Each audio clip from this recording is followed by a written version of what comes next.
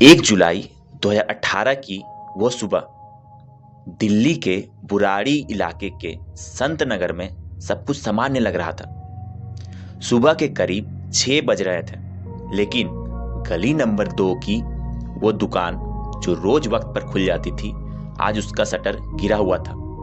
दुकान के बाहर दूध और ब्रेड डिलीवरी की आ चुकी थी, लेकिन उसे उठाने वाला कोई नहीं था। 79 साल के बुजुर्ग गुरुचरण सिंह, जो उस परिवार के पिछले 22 साल से पड़ोसी थे, रोज की तरह मॉर्निंग वॉक पर निकले। उन्होंने देखा दुकान बंद है और परिवार का वो सदस्य जो उनके साथ रोज वॉक पे जाया करता था, वो भी आज नहीं गया था। गुरुचरण जी को कुछ अजीब लगा। वो चुंडावाड हाउस के तरफ आगे बढ़े। उन्होंने देखा घर का जो मेन गेट था वो सिर्फ सटा हुआ था, लॉक नहीं था। जैसे ही उन्होंने दरवाजा धकेला, वो दरवाजा खुल गया। फिर वो सीढ़ियों से ऊपर के फ्लोर पे गए और ऊपर के फ्लोर पर जाकर उन्होंने एक ऐसा नजारा देखा जिसे देखकर उनकी रूह कांप गई। उन्होंने देखा कि हॉल के बीचों बीच ऊपर जो ग्रिल बना होता है ना, लोहे का, जिससे मतलब रोशनी अंदर आने जाने के लिए छोड़ा जाता है, उससे 10 लाशें एक घेरे में गोल बनाकर लटकी हुई है। सबके हाथ और पीछे की ओर बिजली के तारों से बांधे हुए हैं। आंखों पर पट्टी थी, मुंह पर टेप लगा था। वो तुरंत नीचे भागे और चिल्लाते हुए पड़ोसियों को इकट्ठा किया। कहानी शुरू होती है इस घर के 11 सदस्यों से। सबसे बुजुर्ग नारायणी देवी, उनके 2 बेटे भवनेश और ललित, उनकी पत्नियां और 5 जवान बच्चे। पड़ोसियों के लिए यह एक परफेक्ट फैमिली थी, संस्कारी, अमीर और बेहद मिलनसार। लेकिन इस घर की दीवारों के पीछे एक बहुत ही गहरा और काला रहस्य पक रहा था, जिसकी भनक किसी अड़ोसी पड़ोसी को नहीं थी। इस पूरी कहानी का केंद्र था छोटा बेटा ललित। 2007 में पिता की मौत के बाद ललित ने दावा किया कि पिताजी की आत्मा उसके शरीर में आती है। यहीं से शुरू हुआ अंधविश्वास का वो खेल। पुलिस को जांच में उनके घर के मंदिर के पास से 11 रहस्यमय डायरियां मिली।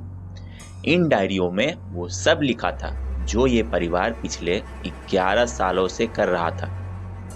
डायरी में निर्देश लिखे थे कि घर कैसे चलाना है और किस सदस्य को क्या करना है। सबसे डरावनी बात जानते हैं क्या थी? डायरी में लिखा था भीगने के बाद अगली सुबह मिलेंगे। यानी उन्हें यकीन था कि ये सब करने के बाद भी वो जिंदा बच जाएंगे। फिर जून 2018 में ललित ने परिवार को डरा दिया कि पिताजी नाराज हैं। उसने समाधान बताया, बड़े तपस्या। उससे सबको समझाया कि हमें बरगद की पेड़ की तरह लटकती जड़ों की तरह फांसी में लटकना होगा, जिससे हमारे पिताजी खुश होंगे। उन डायरी में एक एक स्टेप लिखा था। उसमें लिखा था पट्टियां अच्छे से बांधनी है ताकि शून्य में ध्यान लगे। ललित ने वादा किया था कि जैसे ही तुम लटकोगे, हवा में कंपन होगा, धरती हिलेगी और खुद पिताजी आकर सबके बंधन खोल देंगे। परिवार को इतना अटूट विश्वास था कि उन्होंने मौत को गले लगाने से पहले विरोध का एक शब्द भी नहीं कहा।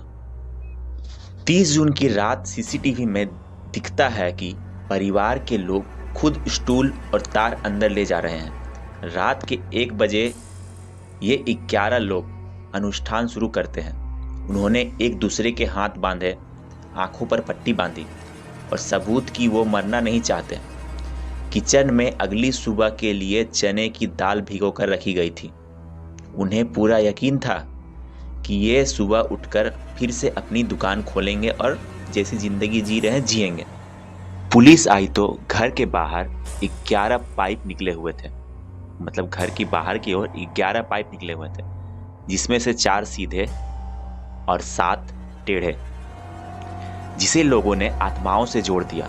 दिल्ली पुलिस ने जब साइकोलॉजिकल ऑटोप्सी की तो पता चला कि यह सामूहिक आत्महत्या नहीं थी, यह था शेयर्ड साइकोसिस, यानी एक बीमार दिमाग के भ्रम ने पूरे हंसते खेलते परिवार की जान ले ली।